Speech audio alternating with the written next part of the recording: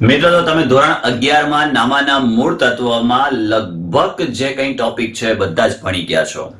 હવે આપણે શરૂ કરવાનું છે ધોરણ 12 અને ધોરણ 12 ની અંદર નામાના મૂળ તત્વમાં થોડું એડવાન્સ લેવલનું આવશે. 11th સ્ટાન્ડર્ડ ની અંદર પણ મેં કહ્યું હતું કે ભાઈ તમારું 11th સ્ટાન્ડર્ડ છે એ બેસ્ટ છે. જો તમને 11th સ્ટાન્ડર્ડ ની અંદર ભરપૂર મહેનત કરી લીધી તો તમને 12મું એટલું સહેલું લાગશે કે તમારે વધારે પડતી મહેનત નહીં કરવી પડે. કારણ કે 11માનો જે બેઝ છે, જે પાયો છે, એ એટલો ઇમ્પોર્ટન્સ છે કે એના આધારે જે 12મું ધોરણ છે એ આખું જ બધું આવશે. જેમાં તમે આમનોંધો ભણી ગયા, તમે પેટાનોંધો ભણી ગયા, તમે રોકડમેળ ભણી ગયા, તમે બેંક શિલક ભણી ગયા, તમે એના પારિભાષિક શબ્દો ભણી ગયા, તમે જે હિસાબોની એન્ટ્રીઓ છે, ખાતાઓની ખતવણીઓ છે, આ લગભગ બાબતો તમે 11મા ધોરણમાં ભણી ગયા. હવે 12મા ધોરણની અંદર થોડું એડવાન્સ, થોડું એનાથી એક કદમ આગળ, પરંતુ 11મા કરતા 12મું બહુ ઈઝી છે.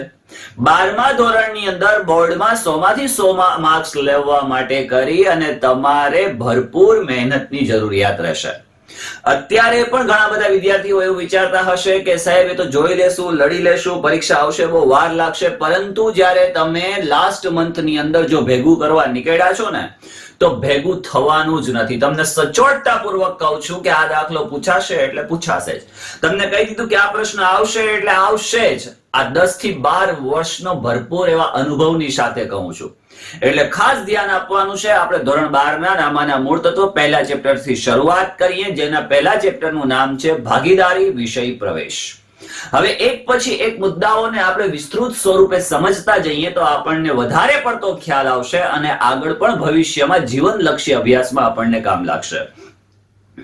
નામું ભણવાનું છે, કેવી રીતે ભણવાનું છે? આપણને ખબર છે કે આપણે કંપનીના કોણ છીએ, તો કે માલિક છીએ. આપણે કંપનીના હિસાબો રાખવાના છે, આપણે કંપનીની અંદર ઓડિટ કરવાનું છે, આપણે કંપનીના જે કંઈ પણ આવક જાવક છે એના પત્રકો આપણે પોતાએ રાખવાના છે. નહીતર બનશે એવું કે વર્ષ દરમિયાન આપણી કંપનીમાં ઘાટો થઈ જશે, આપણી કંપનીમાં નાણાકીય ઘટ આવશે, આપણી કંપનીમાં આપણે પ્રોડક્ટની બરોબર સાચવણી નહીં કરી શકીએ અને બનશે એવું કે કસ્ટમર વિખાઈ જશે. તો નફો નહીં મળે એટલે સ્વાભાવિક છે કે કંપની શું કરવી પડશે? બંધ કરવી પડશે. હવે સૌથી પહેલા તો કે ભાગીદારી વિષય પ્રવેશની આપણે વાત કરી લઈએ તો આપણે સૌ જાણીએ છીએ કે એક વ્યક્તિ જ્યારે ધંધો શરૂ કરે છે તો એને વ્યક્તિક માલિકી તરીકે ઓળખવામાં આવે છે, અથવા તો વ્યક્તિક પેઢી તરીકે ઓળખવામાં આવે છે કે માત્ર ત્યાં એક જ વ્યક્તિ ધંધો કરે છે. પરંતુ એક વ્યક્તિ પાસે મૂડી છે, એક વ્યક્તિ પાસે કૌશલ્ય છે. હવે મૂડીવાળો વ્યક્તિ છે એને એવું થાય છે કે મારી પાસે તો પૈસા પડેલા છે પરંતુ મારી પાસે કૌશલ્ય નથી, તો હું એવું કરું કે એક બીજો અન્ય વ્યક્તિને જેની પાસે કૌશલ્ય છે એને બોલાવી લઉં. બંને સાથે મળીને શું કરીએ તો કે ધંધો કરીએ, બંને સાથે મળીને કાર્ય કરીએ. તો આ જે બંને સાથે મળે છે એને સામાન્ય રીતે શું કહેવાય તો કે ભાગીદારી તરીકે ઓળખાવી શકાય. આ કોમન થિંગ ની અંદર આપણે વાત કરી. હવે આપણે શબ્દો મુજબ જઈએ તો વ્યક્તિક માલિકોની પેઢીની મૂડી અને સંચાલન શક્તિની મર્યાદાઓએ ભાગીદારી સ્વરૂપને જન્મ આપ્યો. એક મર્યાદા રહેલી છે. જે મૂડી છે એની પાસે મર્યાદા છે કે એની પાસે કૌશલ્ય નથી, જેની પાસે કૌશલ્ય છે એની પાસે મર્યાદા છે કે એની પાસે મૂડી નથી. એટલે બંને શું કરવું પડે તો કે સાથે થવું પડે. અહીંયા વાણિજ્ય અને અર્થશાસ્ત્ર અને એસપીસીસી આ બધાને સાથે લઈને એના તારણો પણ આપણે નીકાળશું આંકડાશાસ્ત્ર મુજબ. પરંતુ શરત માત્ર એટલી છે કે પહેલાથી જોડાઈ રહેવું પડશે. ભાગીદારીના જન્મના કારણો શું, શા માટે જન્મ થયો, ભાગીદારી શા માટે, એના કારણો આપણે જોઈએ તો કે એક વ્યક્તિ પાસે ધંધા માટે પૂરતા પ્રમાણમાં નાણાં હોય પરંતુ વેપારી માટે જરૂરી કુશળતા ન હોય. વ્યક્તિ પાસે જરૂરી કુશળતા હોય પરંતુ પ્રમાણમાં નાણાં ન હોય. મારી પાસે 50 લાખ રૂપિયા છે, 50 લાખનો ક્યાં ઉપયોગ કરવો એની ખબર નથી. મારી પાસે કૌશલ્ય છે પરંતુ મારી પાસે મૂડી નથી. એના માટે કરી અને ધંધા મોટા પાયા પર ચલાવવા અને તેનો વિકાસ કરવા સાથે જો ધંધાનું જોખમ હોય વહેંચી લેવા માંગતા હોય. ઘણી વખતે ઘણાને એવું હોય કે 50 લાખ પડ્યો હોય પણ કઈ કામનું ન હોય, એમને સાચવીને રાખ્યો હોય. જો પૈસો હોય એની પાસે, બહુ ઓછા લોકો હોય એની પાસે બુદ્ધિ હોય. આ તો અમુક લોકો હોય બાપ દાદાના ઢગલે બેસી ગયા હોય પરંતુ એની પાસે બુદ્ધિનો છાંટોય ન હોય. આપણે ઘણા બધા એવા એક્ઝામ્પલ જોઈએ છે. હું નામ નહીં દઉં તમને એક્ઝામ્પલના, પરંતુ ઘણા બધા એવા એક્ઝામ્પલ જોઈએ છે. બાપ દાદાએ પેઢીઓ પર પેઢીઓ બનાવી લીધી, ઢગના ઢગ કરી નાખ્યા હોય પૈસાના, પણ બુદ્ધિનો જો હોય ને તો ગોઠણને નીચેના ભાગમાં ફિટ થયેલી હોય, પિંડીઓમાં બુદ્ધિ ફિટ થયેલી હોય.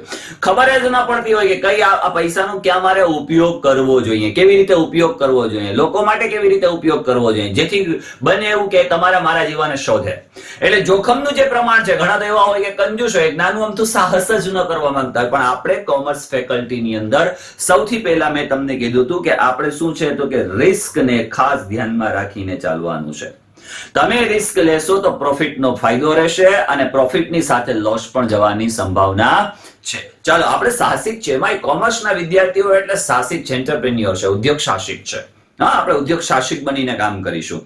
આગળ વધુ મૂડી હોય, એક પાસે કુશળતા હોય તો સામે સંચાલન શક્તિની જરૂરિયાત પણ ઊભી થાય, જેથી આવા સંજોગોમાં એક કરતા બે વ્યક્તિ સાથે મળી સમન્વય મળી એકબીજાના પૂરક બની અને ધંધો શરૂ કરે, અને આ જ ધંધાકીય સ્વરૂપ એટલે શું કહેવાય તો કે ભાગીદારી તરીકે ઓળખાવી શકાય. અહીંયા સમજીએ આપણે, એક વ્યક્તિ જ્યારે ધંધો કરવા માટે પ્રેરિત થાય છે, પરંતુ એની પાસે કળા નથી, એની પાસે કૌશલ્ય નથી, એની પાસે એ પ્રકારનું જ્ઞાન નથી કે મારે ધંધો કેવી રીતે કરવો જોઈએ, એના માટે બીજાની જરૂર પડશે. આ છે એને જોખમનો ભય છે, તો જોખમ વહેંચી લેવા માટે પણ બીજા એક વ્યક્તિની આવશ્યકતા બનશે. જ્યારે એક વ્યક્તિ બીજા વ્યક્તિને ધંધામાં જોડે છે ત્યારે શું થાય છે તો કે ભાગીદારી અમલમાં આવે છે. હવે બીજું આપણે ખાસ જોઈએ કે ભાગીદારીનો અર્થ અને વ્યાખ્યા. 1932 ની કલમ 4 મુજબ ભાગીદારી જે કાયદો અમલમાં આવ્યો 1932 1932 ની કલમ 4 માં શું દર્શાવેલું છે કે ભાગીદારી એ એવી વ્યક્તિઓ વચ્ચેનો સંબંધ છે કે જેઓ બધા દ્વારા અથવા બધા વતી તેમાંના માનો કોઈ એક વ્યક્તિ દ્વારા ચલાવાતા ધંધાનો નફો વહેંચવા સંમત થયા હોય. માત્ર નફો જ નહીં પરંતુ ખોટ પણ વહેંચવા સંમત થયા હોય, નક્કી કરેલું હોય. કોઈ વ્યક્તિ મૂડી રોકે છે અને કોઈ વ્યક્તિ એનું કૌશલ્ય રોકે છે તો એ ફ્રીમાં નહીં કામ કરે, એ બંનેનું એક પ્રમાણ નક્કી કરેલું હોય છે કે ભાઈ 2:4 ના પ્રમાણમાં, 4:4 ના પ્રમાણમાં, એટલે કે સરખા હિસ્સામાં, એટલે કે 1:1 ના પ્રમાણની અંદર આપણે નફો અને નુકસાન શું કરીશું, વહેંચી લેશું. એકબીજાનો પ્રતિનિધિ છે, હા, એકબીજા સાથે જોડાયેલો છે. હું કામ કરું છું, કૌશલ્ય વાળો એવું કહે છે હું કામ કરું છું, તારી મૂડી છે, બરાબર, તો તારે આમાં કામ કરવાની જરૂર નથી, ચાલશે તો ચાલશે, પરંતુ એ પણ એનો પ્રતિનિધિ તો છે. વ્યક્તિઓ ભાગીદારીમાં જોડાય તેઓ વ્યક્તિગત રીતે શું કહેવાય તો કે ભાગીદાર કહેવાય. સામૂહિક રીતે પેઢી કહેવાય. બે વ્યક્તિ જ્યાં સુધી જોડાયેલા છે ત્યાં સુધી એ શું છે તો કે સામાન્ય રીતે એ બંને ભાગીદાર છે. બે કરતા વધુ વ્યક્તિઓ જો એની અંદર જોડાય એટલે એ એક ભાગીદારી પેઢી અમલમાં આવે છે.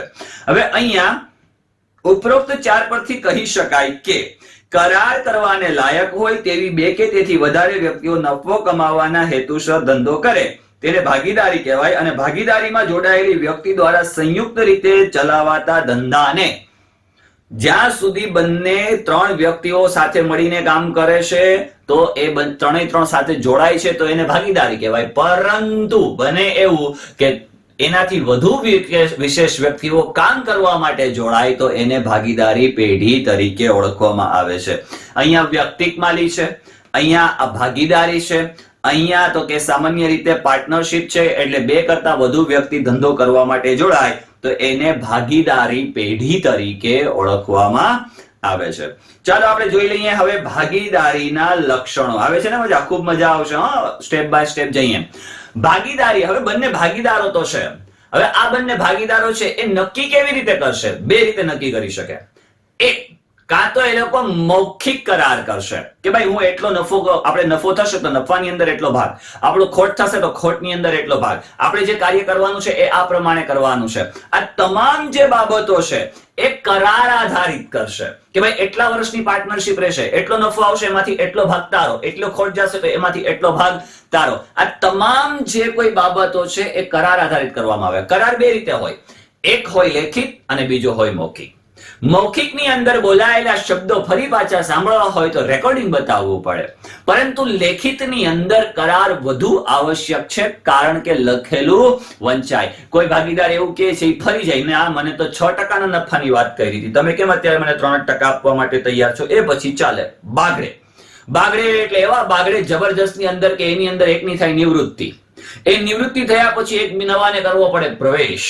પ્રવેશ થાય, સામાન્ય રીતે પ્રવેશ વાળો પણ એવો કંઈક આવી જાય ધબધબાટી બોલાવવા વાળો, તો પછી સરવાળે પેઢીનું થઈ જાય વિસર્જન. પેઢી ફડચામાં જાય, પણ અહીંયા કરારથી અસ્તિત્વમાં આવે છે. કરાર કરવો આવશ્યક હોય છે. બીજું, એનો હેતુ કેવો છે? તો કે ભાગીદારી જે છે એનો હેતુ સામાન્ય રીતે ભાગીદારો જે છે એ નફો કરવાના અને વહેંચવાના હેતુથી શરૂ કરવામાં આવે છે. હવે ભાગીદારી વચ્ચે નફા નુકસાનની વહેંચણી કરેલા પ્રમાણમાં કરવામાં આવે છે. જો કરારમાં જોગવાઈ ન હોય, કરારની અંદર જોગવાઈ ન હોય, તો એવો એક કાયદો છે, ભાગીદારી કાયદો છે 1932 નો, કે ભાઈ જો કરારની અંદર ઉલ્લેખ નથી કર્યો કે 6:4, 6:4 માં, 2:3 માં આવી રીતે નફો વહેંચવાનો કોઈ કરાર નથી કરેલો. હવે અંતે તો બંને સરખા હિસ્સે નફો નુકસાન વહેંચવા માટે નક્કી થયેલું હોય છે. આ ભાગીદારી કરાર મુજબ એને નફો આપવો પડે. કાયદેસરનો ધંધો, ભાગીદારી પેઢી છે એ શું છે? તો કે કાયદેસરનો ધંધો ચલાવવા માટે અસ્તિત્વમાં આવે છે. નેક્સ્ટ, એકબીજાનો શું છે? એજન્ટ છે. આ એકબીજાનો શું છે? તો કે સામાન્ય રીતે એજન્ટ છે. કેવી રીતે? તો કે ભાગીદારો સાથે મળીને અથવા બધા વતી કોઈ એક વ્યક્તિ ભાગીદારી પેઢી ચલાવે છે, તો એ એક વ્યક્તિ બીજા વ્યક્તિનો શું છે? પ્રતિનિધિત્વ કરે છે. એટલા માટે દરેક વ્યક્તિ એકબીજાનો શું ગણાય? એજન્ટ ગણાય, પ્રતિનિધિ ગણાય. સભ્ય સંખ્યા, કંપની ધારા 2013 ની કલમ 464 પ્રમાણે ભાગીદારી પેઢીમાં ભાગીદારોની સંખ્યા 100 થી, હવે જો આમાં જાહેર કંપની આવશે, ખાનગી કંપની આવશે. આ આપણે એસપીસીસી ની અંદર ભણવાનું છે. જાહેર કંપની, ખાનગી કંપની, કેટલા ભાગીદારો અમલમાં આવે? 2 કરતા વધુ, 7 કરતા વધુ, 100 થી ઓછા નહીં, અને 50 થી વધુ નહીં. પરંતુ અહીંયા રીતે સરકાર જે નક્કી કરેલું છે તે મુજબના ભાગીદારો જોડી શકાય. અને 2014 નો જે નિયમ આવ્યો એ 10 પ્રમાણે માત્ર કેટલા? તો કે 50 સભ્યો જોડવામાં આવે છે. માત્ર 50 સભ્યો જ નક્કી કરેલ છે. ચાલો બીજું જોઈએ. અમર્યાદિત જવાબદારી. ભાગીદારી કાયદા મુજબ પેઢીનું દેવું જો પેઢીની મિલકતમાંથી ચૂકવી શકાય તેમ ન હોય, માની લો કે પેઢીએ એવડું મોટું દેવું કરી નાખ્યું છે, પેઢીનું દેવું છે 50 લાખ રૂપિયા. આપણે સમજીએ આ શું છે? તો કે દેવું છે. હવે દેવું થયું પેઢીનું. બને છે એવું કે કોઈ ભાગીદાર એવું કહે કે ભાઈ મારી પાસે તો પૈસા જ નથી યાર, હું ઓલરેડી દેવામાં છું ને આ લોકો બધાને ક્યાંથી ચૂકવું? જે ઓલરેડી માંગે છે આપણી પાસે એ લોકોને આપણે દેવા માટે પૈસા નથી, તો હવે પૈસા ચૂકવવા તો ચૂકવવા ક્યાંથી? એની એક જવાબદારી કેવી છે? અમર્યાદિત છે. એટલા માટે કરી અને જે પેઢી છે એ પેઢીની જે કંઈ પણ મિલકતો છે, કાયમી મિલકત હોય કે ચાલુ મિલકત હોય, અસ્થિર મિલકત હોય કે સ્થિર મિલકત હોય, પ્રવાહી મિલકતો હોય, આ તમામ પ્રકારની કોઈ પણ મિલકતો હોય પેઢીની અંદર, સૌથી પહેલા એનો નિકાલ કરવામાં આવે છે. આ નિકાલ કરી અને એમાંથી જે પૈસા આવે સૌથી પહેલા જે કોઈ પણ દેવાદારો છે એને એ ચૂકવી દેવામાં આવે છે, જેથી દરેક ભાગીદાર સંયુક્ત અને વ્યક્તિગત રીતે પેઢી માટે શું છે? જવાબદાર છે. દરેક ભાગીદારની જવાબદારી આવે. નફો આવશે તો જ લેશું નહીં, જોખમ થશે તો પણ તમારે શું કરવું પડશે? તો કે આપવું પડશે. જેથી ભાગીદારી પેઢીની જવાબદારી કેવી છે? અમર્યાદિત. અંતે 7મો મુદ્દો જોઈએ તો પેઢીની માલિકી અને સંચાલન. ભાગીદારી ધંધામાં જે માલિકો છે, જે એમડી છે, મેનેજિંગ ડિરેક્ટરો છે, આ તમામ શું કરે છે? તો કે સામાન્ય રીતે એ તમામ ધંધાનું સંચાલન કરે છે, એની દેખરેખ રાખે છે, એને પ્રગતિના પંથે લઈ જવાનું શું કરે છે? કાર્ય કરે છે. જેથી ભાગીદારી પેઢીનું સંચાલન બધા જ ભાગીદારો અથવા બધા વતી કોઈ એક અથવા વધુ ભાગીદાર કરતા હોય. 10 ભાગીદારો છે, માની લો કે અહીંયા આ ભાગીદાર છે, એ ભાગીદાર આ 4 વતી પણ 3 વતી કામ કરતો હોય, અથવા એવું બને કે આ ભાગીદાર અને આ ભાગીદાર, આ ત્રણે ભાગીદારો સાથે મળીને કાર્ય કરતા હોય, અથવા કંપનીના તમામ જે ભાગીદારો છે એ સાથે મળીને કાર્ય કરતા હોય. ચાલો તો મિત્રો, હવે આપણે નેક્સ્ટ જે કંઈ પણ મુદ્દાઓ છે, જે કંઈ પણ ચેપ્ટરો છે એનો વિસ્તૃત સ્વરૂપે આપણે ધ્યાને લઈ લેશું. ઘણા બધા એવા પ્રકારના દાખલાઓને પણ આપણે ધ્યાનમાં લેવાના છે. એક પણ દાખલો આપણે આપણી ચેનલના માધ્યમથી છોડવાનો થતો છે નહીં. એક વખત રિપીટ કરી જઈએ. આપણે આજે શું જોઈ ગયા તો કે સૌથી પહેલા ભાગીદારી એટલે શું તો કે એક કરતા વધુ વ્યક્તિ એટલે કે બે વ્યક્તિ અથવા બે થી વધુ વ્યક્તિ સાથે મળીને જોડાય તો એને ભાગીદારી કહેવાય, અને ધંધો ચલાવવા માટે કાર્યરત થાય તો એને ભાગીદારી પેઢી તરીકે ઓળખવામાં આવે છે. ત્યાર પછી જોઈ ગયા આપણે એના લક્ષણોની અંદર સૌથી પહેલું લક્ષણ છે તો કે કરારથી અસ્તિત્વમાં આવે છે, બંને વચ્ચે કરાર કરેલો હોય છે, કરાર લેખિત વધુ મહત્વનો હોય છે. ત્રીજું તો કે નફાનો હેતુ, ભાગીદારી જે છે નફો કમાવા માટે પ્રેરિત થયા હોય છે, જેથી કરીને બંને સાથે મળીને ધંધો કરવા માટે જોડાય છે. બીજું, કોઈ પણ પ્રકારનું જોગવાઈ ન કરેલી હોય તો સામાન્ય રીતે તેની અંદર જે કરાર આધારિત એટલે કે 1932 ના આધારિત નિયમ પ્રમાણે સરખા હિસ્સે નફો વહેંચવામાં આવે છે. કાયદેસરનો ધંધો ચલાવવા માટે પ્રેરિત થયા હોય છે. એકબીજાનો શું છે, પ્રતિનિધિ છે, એજન્ટ છે, એટલે કે સામાન્ય રીતે બે વ્યક્તિ સાથે જોડાય હોય તો એક વ્યક્તિ બીજા વ્યક્તિના બદલામાં પણ કાર્ય કરતો હોય, બની શકે, પરંતુ નફો નુકસાન તો બંને એક સાથે કેવા હોય તો કે જોડાયેલા હોય. સામાન્ય રીતે સભ્ય સંખ્યા કંપની ધારા 2013 મુજબની કંપની ધારા જે હતી કલમ 10 પ્રમાણે 464 પ્રમાણે, તો એની અંદર ટોટલ કેટલા ભાગીદારો હતા તો કે 100 ભાગીદારો હતા. પરંતુ 2014 ના નિયમ 10 પ્રમાણે બન્યું છે એવું કે તેની અંદર 50 ભાગીદારો જોડાયેલા હોય છે. અમર્યાદિત જવાબદારી હોય છે તો કે સામાન્ય રીતે જેની જવાબદારી એવી હોય છે કે જ્યારે પણ દેવું થાય તો કંપનીની અંદર પડેલી જે મિલકતો છે એ મિલકતો સૌથી પહેલાનો નિકાલ કરવામાં આવે, ત્યાર પછી દેવું ચૂકવવામાં આવે. આ જે જવાબદારી છે એ તમામ ભાગીદારોની રહેલી છે, અને પેઢીની માલિકી અને સંચાલન જે કંઈ પણ સંચાલન છે એ કંપનીના તમામ જે કોઈ પણ ભાગીદારો છે, પેઢીના તમામ જે કોઈ પણ ભાગીદારો છે એનું સંચાલન કરતા હોય છે. તો મિત્રો ખૂબ જ મજા પડવાની છે, પરંતુ રેગ્યુલર ભણવાનું શરૂ કરી દેજો. અત્યારે આપણે માત્ર 10,000 સબસ્ક્રાઇબર સુધી પહોંચવાનું છે.